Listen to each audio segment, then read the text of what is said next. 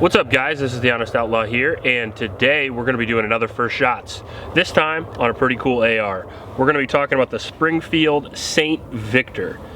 This particular rifle I actually got really recently. I picked it up from a local Shields near me in Cedar Falls there, and I got it for a really good deal. Under $1,000, and it seemed to have a lot of features I was interested in. Plus, a lot of people have been asking me to review this rifle, so when I saw one, I obviously picked it up. I was able to buy this thanks to the supporters on Patreon. Thank you guys very much. If you want to be a part of the Patreon squad, all you got to do is go to the link in the description below and you can sign up. Also in that description is a link to a local shelter that I like to support named Iowa, and a link to t-shirts that my wife created that I think look really cool. If you're interested in any Honest Outlaw merch, you can go down there and get that through the link in the description as well. Before we get into the video, I want to mention USCCA. It is a carry insurance, which I've been looking into for some time now. A couple of my buddies on YouTube use it and have it as a sponsor, and I decided to have them sponsor this video as well. Not only are they a really good product, but they really help out bringing products like this to you guys, since YouTube doesn't like scary black rifles. So I really appreciate supporting the channel. If you haven't heard of them, carry insurance is actually a really good idea. If you have to use your gun in self-defense, it's good to have a backed up, sizable company behind you in order to help you finance your way to success in the courtroom. And finally in the description is a link to the Gundys. The Gundys is a kind of a gun tuber awards. If you're not familiar with it, I was signed up for it last year, almost got one. This year, however, I'd like to actually get one. So if you think I'm a good gun tuber, if you think I'm a gun reviewer, if you think I'm a really good shot, you go down there and you can vote for me in 2 different categories, best gun reviewer and best shot. So I'd really appreciate it if you'd go down and vote for me. The Springfield Saint Victor is a gun that we've already done a first shots for that you will probably never see. We actually shot it and had some significant issues with the gun that we'll talk about a little bit later in the video. Before we talk about that, we will talk about what the gun is. Well, it's an AR-15 with a 16-inch barrel. It is gas operated, chambered in 5.56 or 223, and it comes with a lot of features that I really like. Starting with a 2-chamber break on top, straight from Springfield there, and then you can see it has an Mlok rail, 15-inch Mlok rail meeting up at the barrel, which is really nice.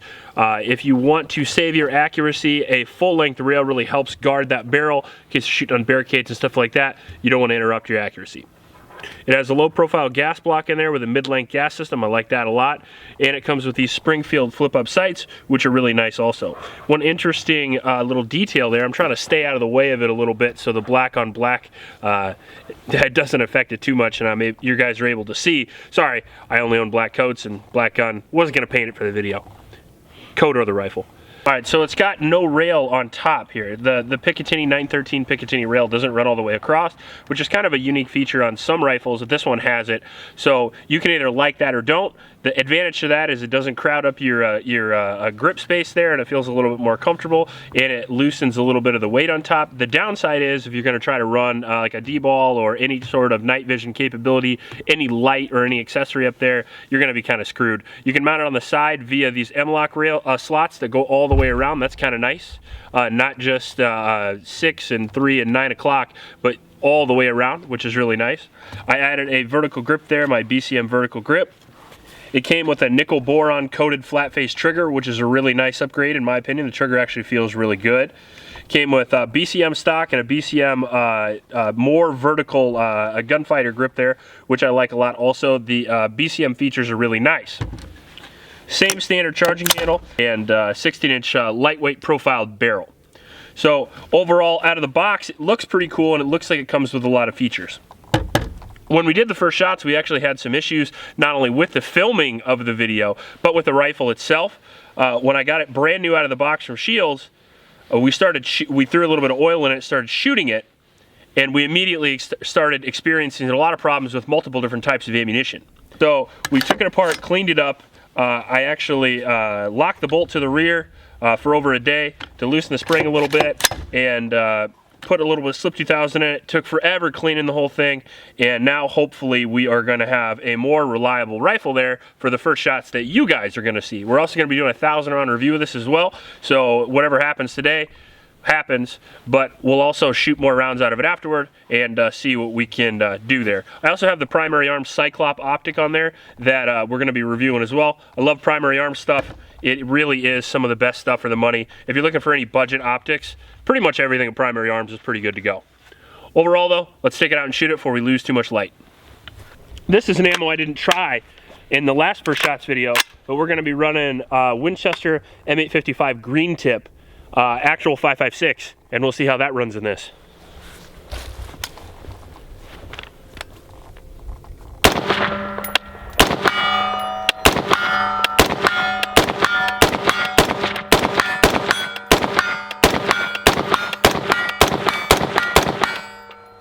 Running pretty well. Move out a little bit here.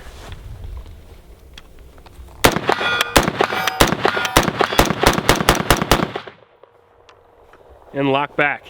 So that's good. Hopefully the issues that we had with the Springfield were just the fact that it was extremely dirty.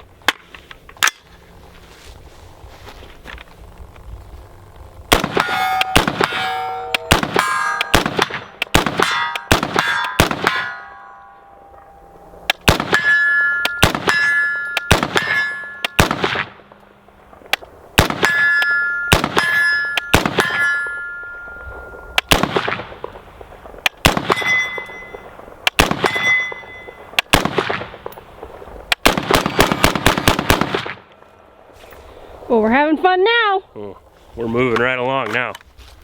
All right, so now we've got two PMags loaded up with American Eagle 55 grain. So just standard factory Walmart style ammunition.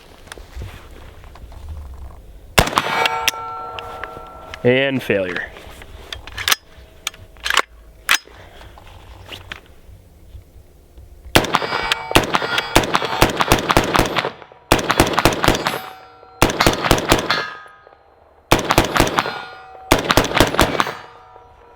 Well, only one failure though, that's pretty good. Yeah. Let's try the other magazine here.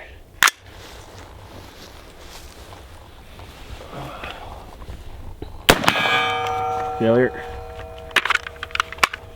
Doesn't like 223.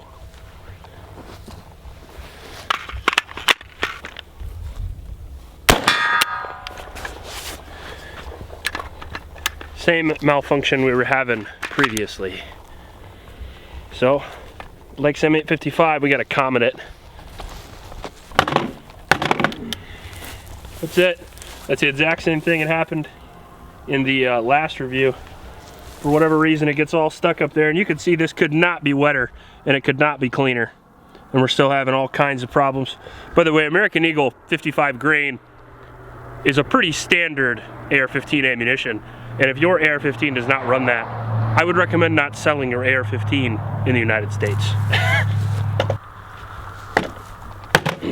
Fuck, I gotta get a mallet.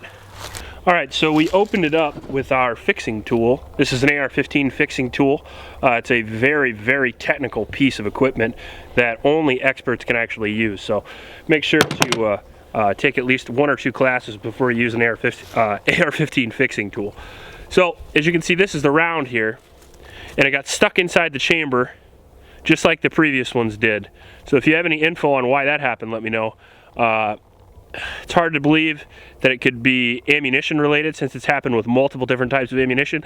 It was happened with an American Eagle, Fiocchi, and something other, I forget what other type of ammunition we were trying in the previous first shots, but clearly it's happening again. So we're gonna ditch the American Eagle for now, and we'll move to something else here, and we'll see what we can do. I think this is actually Fiocchi right here in this Lancer magazine. And Fiocchi 55 grain is really high quality 223 ammo also, at least in my opinion for the price. It ran in pretty much every gun that I've tested throughout my life, and I've tested a lot of guns, so we'll see if this runs.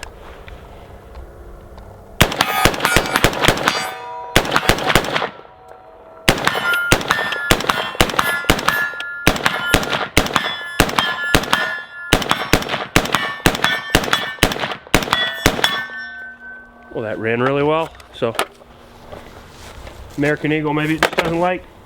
Try the other magazine of Fiocchi here. Nope. Yep.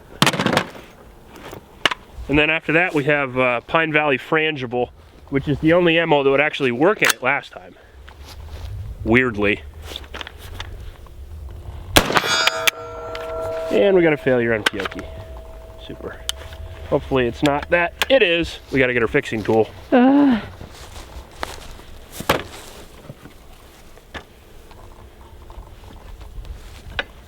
Hard to say if you should be taping this hillbilly shit. Well, I'm gonna, and then you can decide what to do with it. Piece of shit. I can't even get it unlocked this time. Alright, this is my V7's 11.5 hodgepodge AR pistol here. And we're gonna see if this non-factory gun will run that ammunition.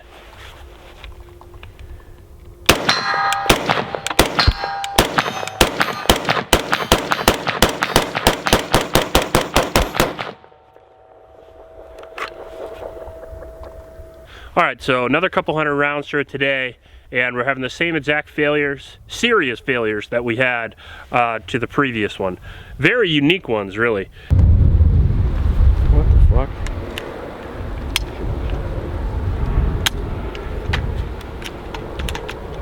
Oh, we had our first failure already. That was fucking fast.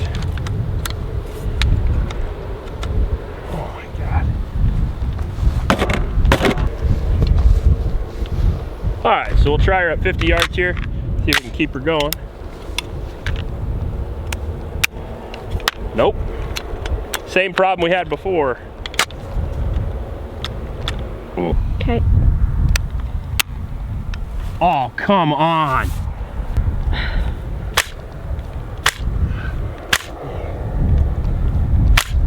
I'm not going to waste any more time with this. You'll see a 1,000 round review of this, simply only to probably put a few more 100 rounds through it to see what the issue is. I'm going to take it to my FFL and have him diagnose the problem. And then I'll probably give you guys whatever happened to the actual gun itself on the 1,000 round review. But as far as I am concerned, I think the Springfield Victor is a giant waste of time. I have probably spent something in the area of $500 worth of ammunition on this gun trying to do a review. On top of that, it comes from a company that I'm not really big on in the first place, which is Springfield. I like the features of the gun. I like the Mlok rail. I like the brake. I like all the cool whiz-bang stuff that comes on the gun. The problem I have with it is that you can get all that stuff on guns that actually work for less money. I've done a lot of reviews on budget AR-15s. Many of them, almost all of them, except for say the ATI, were more reliable than this gun. It's accurate, but this has a lot of reliability issues with a lot of different types of ammunition. The only two ammunitions we've been able to run through this successfully have been 51 grain frangible ammunition from Pine Valley, which is extremely high quality ammunition and fairly expensive. Also M855 Winchester weirdly ran 2 magazines through this without a failure. Everything else, serious problems. I've cleaned it, I've taken it apart, I've done everything I needed to do with it, and the thing still continues to malfunction. So overall, I'm extremely disappointed. For about $1,000 with all these features, it would be a good value if it worked, but it doesn't work. I would recommend getting into, especially for something like $1,000, I would recommend getting into a BCM or a Colt or a Daniel Defense, or literally anything other than the Springfield Saint Victor. I'm not gonna lie to you, I'm not the biggest proponent of Springfield to begin with. You guys are aware of that. I'm not gonna let that bias affect this review at all. I'm just going to let this gun not working consistently affect my review. And on top of having malfunctions, they're not just simple tap and wrap malfunctions like we had on the Tommy built, for example. Every single time we had a malfunction, it was literally getting out commented on the ground. What a disaster. Overall, we're gonna do a 1,000 round review simply because I have pretty close to that into it already. If you like this video, please like and subscribe. Please help out your Oklahoma shelters, and remember to recycle. I'll check you later.